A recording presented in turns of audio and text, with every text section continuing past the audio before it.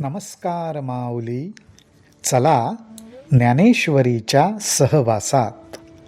ज्ञानेश्वरी अध्याय 6 मधील 445 ते 451 ओव्यांच्या सहवासात आपण जाऊया.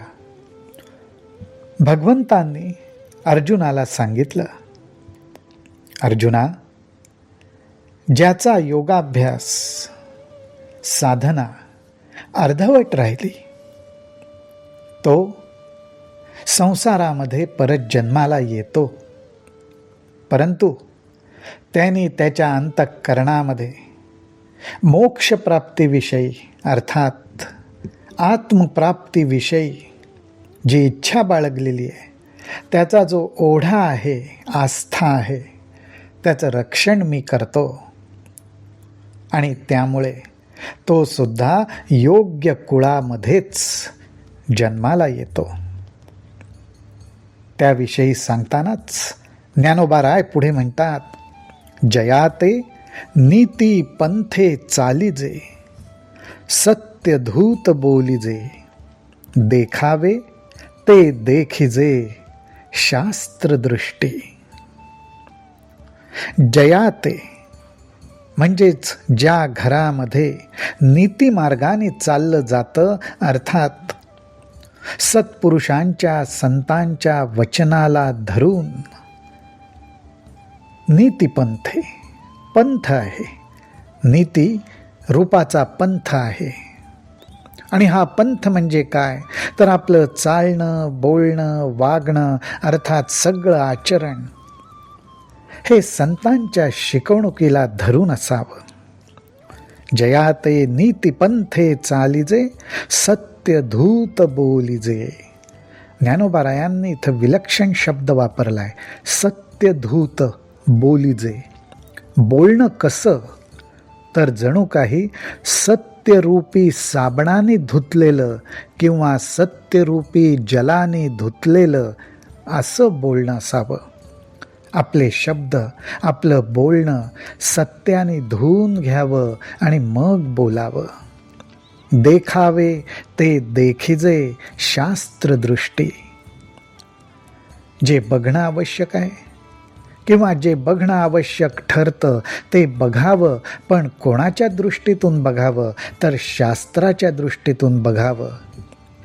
कारण का, तर ते नीतीच्या नियमांनी बांधलेलं असतं. वेद तो जागेश्वरू, जया व्यवसाय निजाचारू, सारा सार विचारू, मंत्री जया. ज्या घराण्यामध्ये, ज्या कुळामध्ये हा साधक जन्म घेतो, त्याच्यात जणू ह्या खुणा सांगतायत ज्ञानोबाराय आपल्याला. त्या घराण्यामध्ये जागेश्वरू म्हणजे साक्षात जागृत दैवत काय, तर वेद, अर्थात वेद जे ज्ञान देतो त्या ज्ञानाची उपासना करणारच ते घर असतं, असं ते जागृत दैव, त्या घरातला हा वेदरूपी नारायणच असतो. जया व्यवसाय निज आचारू. हा शब्द निजाचारू आहे, पण अर्थात निज आचारू म्हणजेच आत्मधर्माला धरून, सत्वचनांना धरून जो आचरण करतो ते आचरणच त्याचा व्यवसाय असतं. आणि हे सर्व करत असताना सारा सार विचारू, मंत्री जया. मंत्री म्हणजे मार्गदर्शन करणारा कोण असतो, सल्ला देणारा कोण असतो, तर सारा सार विचार. सार म्हणजे ज्याच्यात आत्महित आहे आणि असार म्हणजे ज्याच्यात आत्महित नाही. हा विचार जो देतो, अर्थात तो विवेक, तो मंत्री ज्या घरामध्ये आहे. जयाच्या कुळी चिंता, झाली ईश्वराची पतिव्रता. जया ते गृहदेवता आदिरुद्धी. ज्ञानोबारायांनी खरोखरच हे इतकं अप्रतिम उदाहरण दिलेलं आहे.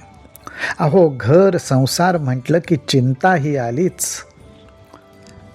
पण हा साधक ज्या घरामध्ये जन्माला येतो त्या घरामधली चिंता वेगळीच आहे. ती चिंता कुठली, तर जी झाली ईश्वराची पतिव्रता. घरातल्या सर्वांना एकच चिंता असते, ती म्हणजे ईश्वर प्राप्ती कधी होणार. हीच ती चिंता जी ईश्वराला सोडून राहत नाही. ईश्वराला सोडून राहणं हीच चिंता वाटते. आणि ईश्वर प्राप्ती करायची ह्याविषयी ज्यांचं मन चिंता वाहत असतं. असं हे घर आहे, घरातली मंडळी आहेत. आणि ह्या घराची गृहदेवता कोण?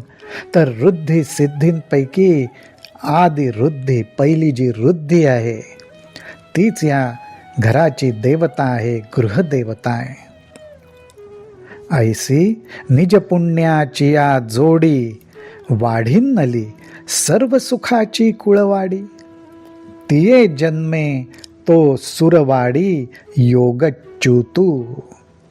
ज्ञानोबारायांनी ह्या ठिकाणी योगच्युतू शब्द वापरलाय. अर्थात योगाभ्यास करता करता, साधनेचा अभ्यास करता करता, आत्मसिद्धीच्या गावाकडे चालत असतानाच ज्याच्या आयुष्याचा सूर्यास्त मध्येच झाला, अगोदर झाला, तो अशा प्रकारच्या उत्तम घरात, सूरवाडी उत्तम घरात जन्माला येतो.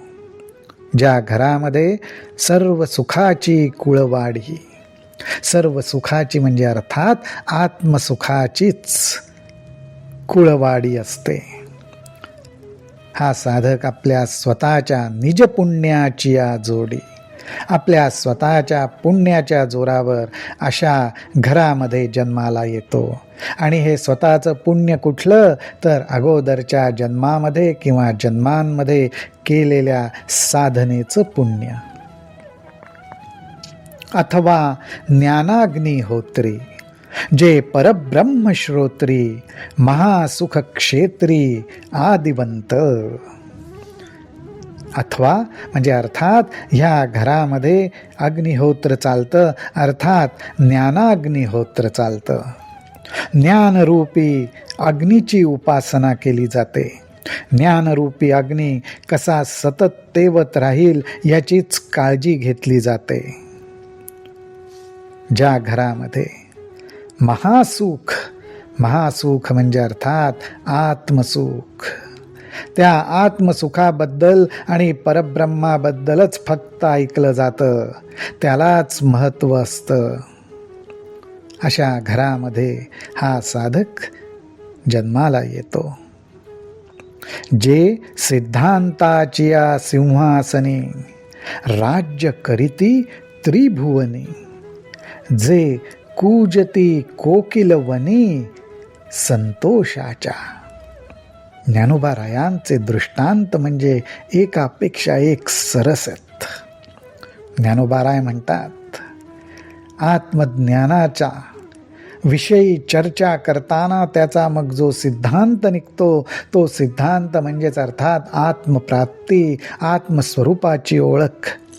त्या सिद्धांताच्या सिंहासनावर ह्या घरातली मंडळी बसलेली असतात आणि त्या सिंहासनावर बसून त्रिभुवनावर राज्य करतात.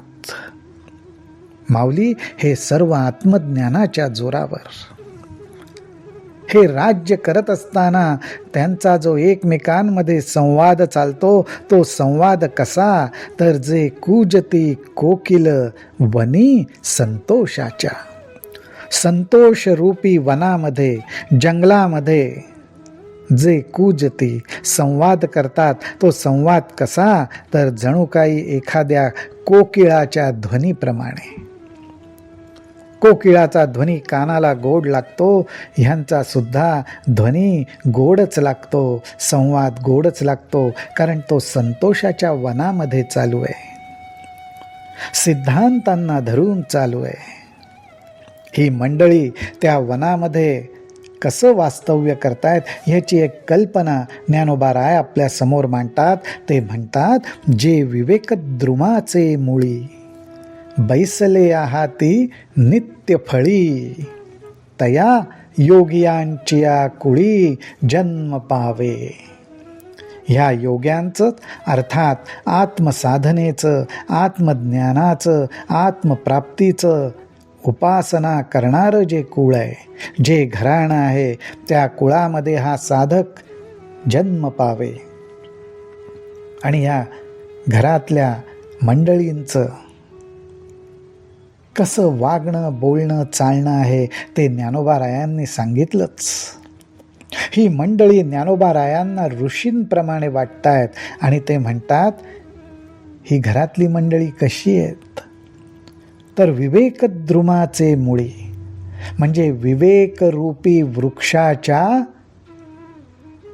तळी ते बसलेले आहेत, विवेकरूपी वृक्षाच्या मुळापाशी बसलेले आहेत.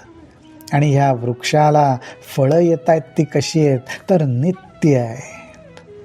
नित्य फळ फुलणारी ही झाडं आहेत आणि हे नित्य फळ एकाच गोष्टीचं असू शकतं, आत्मज्ञानाचं. आत्मज्ञानरूपी, आत्मारामारूपी, कारण तोच तर एक नित्य आहे. त्याचीच फळं या झाडाला येत असतात आणि त्याच फळांचा स्वाद घेत जणू काही ही ऋषितुल्य मंडळी बसलेली आहेत, या विवेक वृक्षाच्या तळाशी बसलेली आहेत. अशा या घरामध्ये हा साधक जन्माला येतो, असं बहारदार वर्णन ज्ञानोबारायांनी या ठिकाणी केलेलं आहे. रामकृष्ण हरी, रामकृष्ण हरी, रामकृष्ण हरी.